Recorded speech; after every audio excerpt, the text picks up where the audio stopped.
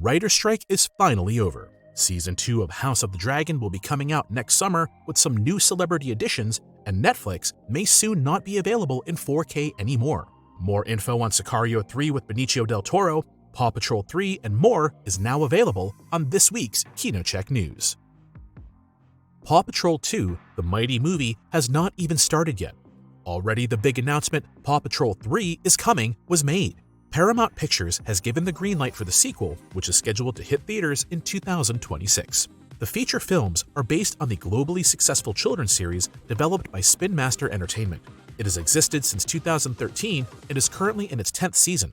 Originally broadcasted on Canadian channel TV Ontario, the series found its way to film distributor Paramount Pictures via Nickelodeon.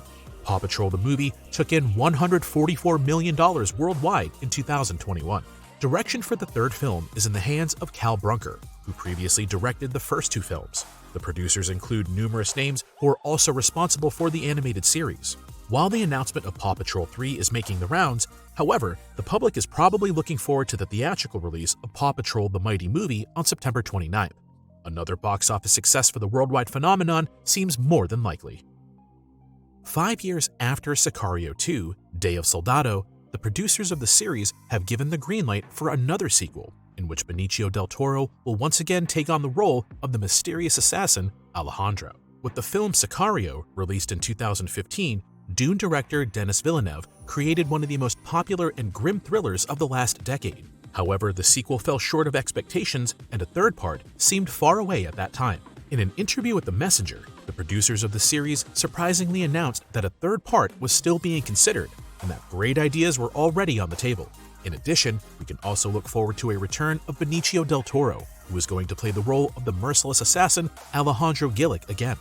Producer Basil Iwanek said, "I can't wait for Sicario 3. I could watch Benicio play that guy forever. I mean, I can watch Benicio in anything, but in that character, it doesn't get old." Whether we can also look forward to a return of Josh Brolin or Emily Blunt is not confirmed yet.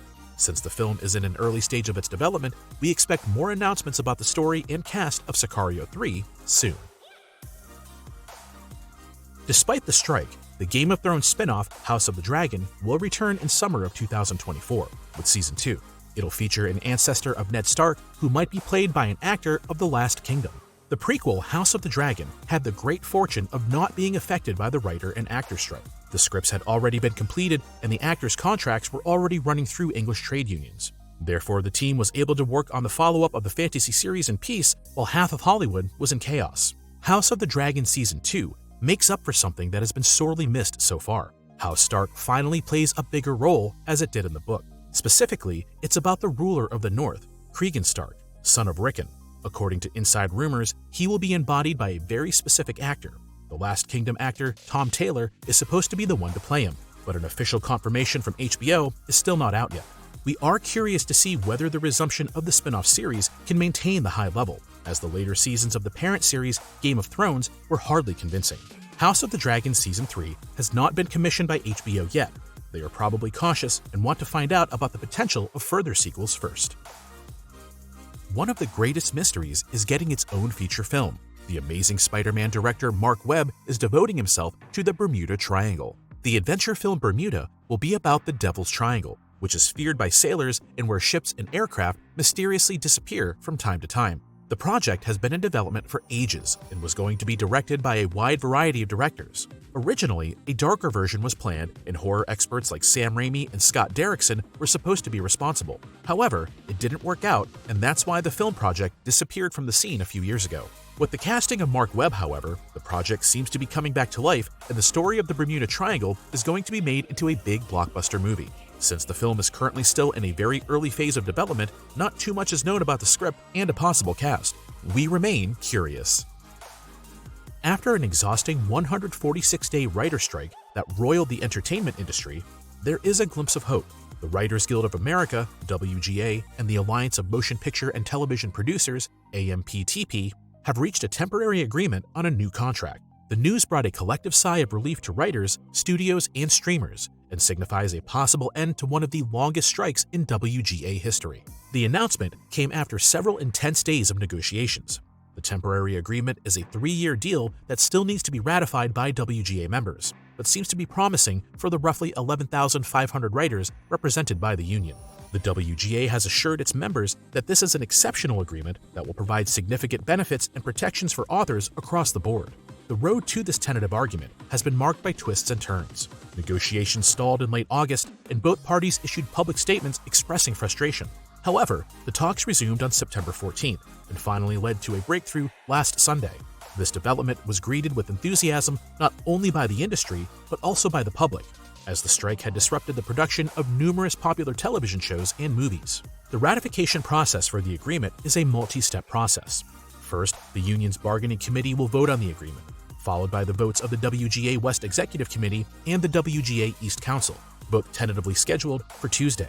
In addition, there will be a union leadership vote on whether to end the strike at a date to be determined pending ratification. Although the agreement represents an important step towards ending the strike and returning to normality in the entertainment industry, not everything is cut and dried yet. The WGA leadership will have to convince its members of the benefits of the agreement in the upcoming days, pending official confirmation of the deal in early October. The end of the writer's strike marks the continuation of pre-production on numerous film projects that are eagerly awaited. For example, the works on James Gunn's Superman Legacy or Matt Reeves' The Batman 2 can now be completed. The planned Star Trek reboot, the Minecraft film with Jason Momoa and Pedro Pascal, Fast and Furious 11, and the game adaptation Rainbow Six can also now be further developed. Some series are also to be continued again. Hits like Stranger Things, Wednesday, The Last of Us, and Euphoria had to take a break until now, but will now finally resume. The end of the writer's strike is a great relief for at least part of the industry. Above all, however, a large part of fictional formats, such as feature films and series, remain additionally paralyzed by the actor strike. Gladiator 2 was already halfway through shooting, while Mission Impossible 8 was only missing a few reshoots. Beetlejuice 2 and Deadpool 3 also have to wait for production to continue. At least both parties have now announced that they will meet again next week for further conversations. Industry insiders assume that the studios will in the near future primarily concentrate on continuing existing projects and less on producing new ones. For the latter, there are simply too few resources at the moment, because a lot of things that have been left undone in recent months have to be caught up in a very short time. In addition, a logistical nightmare is expected after the end of the actor strike, as everyone will then rush to the available sets, directors and actors at the same time. This is why a fierce bidding war is expected in which the richest studios will win. What's next for actors is written in the stars. The industry had not even recovered yet from the pandemic period until the strikes happened. Now the upcoming gap in movie releases will not help the situation. We're curious to see what impact the situation will end up having on the movie landscape. More movie releases on streaming providers? More low-budget films? New cinema concepts? Whatever it is, we'll keep you posted. Netflix without 4K.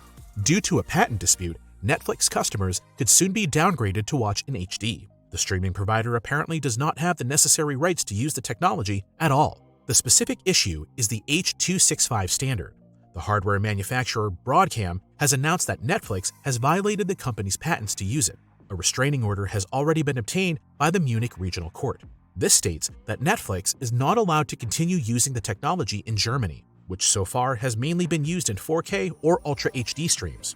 Broadcom is also currently taking legal action against Netflix in the US and the Netherlands. How the court decision will actually affect customers is currently unclear. Netflix could alternatively stream with the AV1 codec, but this is not supported by all devices. If Netflix complies with the court decision and cannot quickly switch its streams to a different technology, the 4K option could disappear for many customers.